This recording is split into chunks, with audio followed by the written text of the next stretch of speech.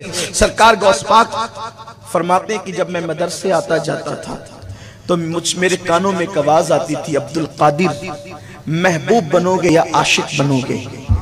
तो मैं ये बात अपनी अम्मी से कहता था, अम्मी मुझे डर लगती है जब वो आवाज आती है, गैबी आवाज, मैं क्या जवाब दूं। मेरे गौस की अम्मी भी वलिया है। गौसे पाक की शान ये है, ये हम सुन्नियों का कादरियों का कीदा है। मौला अली से लेकर गौसुल आजम तक उनकी असल में जितनी पुश्ते हैं ऐसा कोई नहीं हुआ जो वली ना हो। अली से लेकर गौसुल आजम तक असल में सब वली हैं। और खुदा की कसम नस्ल में गौसुल आजम से लेकर इमाम मेहदी तक जितनी नस्ल है सब वली है। गौस पाक की औलाद उस वक्त तक मौत नहीं मरती, यानी उनको उस वक्त तक मौत नहीं आती। मरने से मुराद दुनिया से तशरीफ ले जाना, पर्दा फरमाना है। आप उसको जो है वो गुस्ताखी पे महमूल न करें, बल्कि उनको उस वक्त तक मौत नहीं आती नस्ल गौसुल वरा को, जब तक वो विलायत की मंजिल पर न पहुंच जाएं। क्यों? इसलिए कि बाप की विरासत से तो बेटों को हिस्सा मिल ही जाता है, चाहे वो फर्मा बरदार हो या ना फरमान हो, चूंकि उसका हक बाप की विरासत में है। और जिसके घर में जो होता है वो अपनी औलाद को वही देता है। तो जब गौसुल आजम दस्तगीर औरों को अता करते हैं, अरे जब चोरों को अता करते हैं तो औलाद को क्यों अता ना फरमाएं। ये उनकी नस्ल की शान है। असल भी जिसकी बेमिसाल है और नस्ल भी जिसकी बेमिसाल है वो गौसुल आजम दस्तगीर है। ये एक अलग उन्वान है कि नस्ल गौस की शान क्या है और असले गौस की शान क्या है, ये भी एक अलग उन्वान है। बल्कि इमाम के दो मिसरे पढ़कर बात मुकम्मल करता हूँ। वो कहते हैं कि नबवी में अलवी फसल बतूली गुलशन, हसनी फूल हुसैनी है महकना तेरा।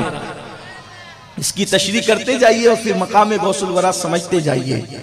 तो अम्मी से पूछा कि अम्मी जान क्या जवाब दूं मैं। मुझसे एक सवाल पूछा जाता है कि आशिक बनोगे कि महबूब बनोगे। अम्मी ने कहा बेटे ये सवाल पर तेरे मुस्तकबिल की इमारत तामीर होगी इसके जवाब पर, इसलिए इसके जवाब देने में जल्दी मत करना। हमारे नुक्कड़ पर एक अल्लाह के बरगजीदा महबूब और मकबूल बंदे बैठते हैं, वो अल्लाह का वली है, उससे पूछना, वो तेरी रहनुमाई करेंगे। सरकार गौसे पाक माँ के कहने पर उस बाबे के पास गए और जब वो बाबे के पास तशरीफ ले गए तो उससे पूछा कि हजरत ये बताएं कि एक सवाल मुझसे पूछा जाता है, मैं जवाब क्या दूं। उन्होंने कहा बेटे शहजादे कल आना, इंशाअल्लाह मैं तेरे सवाल का जवाब बन जाऊंगा।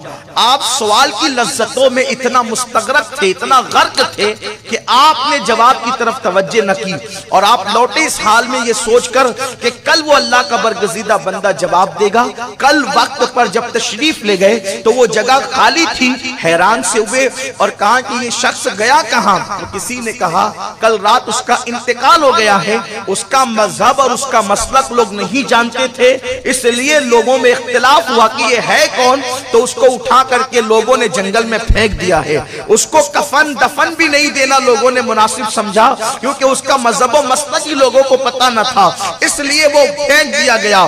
सरकार गौसे पाक के नन्हे से ज़हन में सवाल आया, उसने तो कहा था कि जवाब देंगे, फिर वो मर क्यों गया, उसका इंतकाल क्यों हो गया। यही सोच रहे कि किसी ने कहा शहजादे अगर उसकी तलाश है तो उसकी लाश तक आपकी रहनुमाई की जा सकती है, कि आप लाश देखना चाहते हैं। आपने फरमाया हाँ। जंगल लेकर के गए तो क्या देखा, चील कौवे कुत्ते जिस्म को नोच नोच करके खा रहे हैं और वो जिस्म को नोचते हैं। आप ये मंजर देख करके दिल दहल गया और फिर नन्ही सी जबान से जुमले तरतीब पाए, हजरत मेरी माँ ने तो कहा था कि आप अल्लाह के मकबूल बंदे हैं, क्या आप लोग भी वादा खिलाफी करते हैं। आपने तो कहा था जवाब देंगे। लाश की लबों को मुस्कुराहट हुई और आवाज आई शहजादे आप सवाल की लज्जत में इतने डूबे हुए थे कि आपने जवाब पे तवज्जो न की। मैंने ये नहीं कहा था कि जवाब देंगे, मैंने तो ये कहा था कि कल तुम्हारा जवाब बन जाएंगे।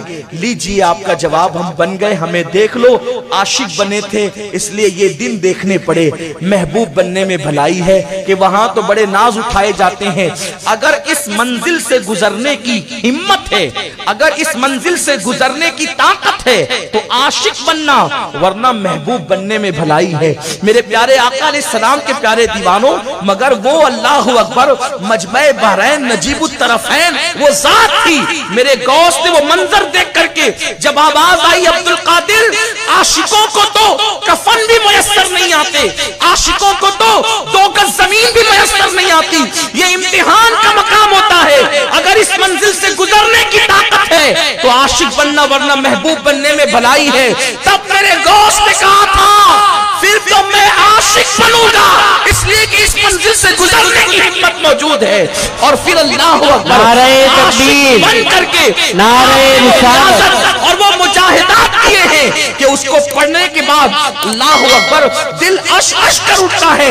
फरमाते मैंने रियाजत और मुजाहिदे करते वक्त जो तकलीफें उठाई है, अगर वो किसी पहाड़ पे डाल दी जाती तो पहाड़ रेजा रेजा हो जाता। मैंने इतनी तकलीफें उठाई है। मेरे आका अलैहिस्सलाम के दीवानों, हम भी इश्क के दावेदार हैं, लेकिन रातों को जगा नहीं जाता। हाँ, अगर एयरफोन कानों में हो तो बराबर हम जग सकते हैं। अस्तगफिरुल्लाह अल अयाज़ु बिल्लाह।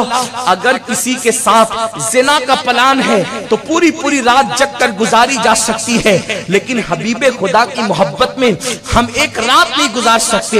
एक रात मुसलमानों के पास आती जिसे शबे बारात कहते हैं, उस रात में भी पूरी रात मुसलमान जग कर इबादत नहीं करता। कभी घूम रहा है, कभी कुत्तों को दौड़ा रहा है, कभी हंसी मजाक कर रहा है, कभी मोबाइल के व्हाट्सएप पर मैसेजेस चेक कर रहा है। ये हमारी कैफियत है। लेकिन